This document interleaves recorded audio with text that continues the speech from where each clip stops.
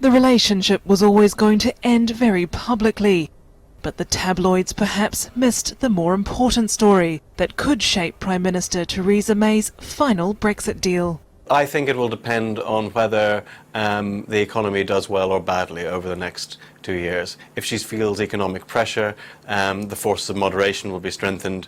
If, on the other hand, global growth is so strong that Britain comes to feel that it can weather this storm, the hardliners will be strengthened. So far it has been. UK growth is strong and unemployment is low. But that could change with warnings from big businesses.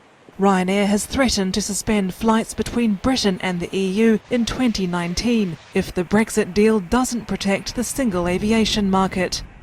US carmaker Ford, which also operates in the UK, insisting too that tariff-free access to European countries must continue.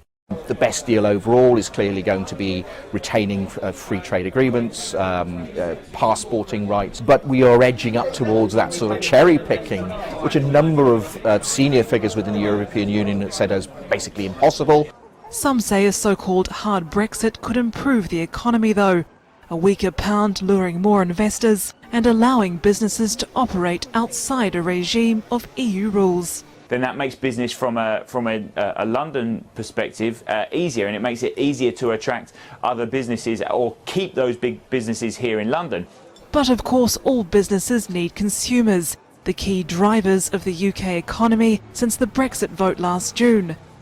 And with inflation on the rise, the risk is it'll be them ultimately paying the highest price.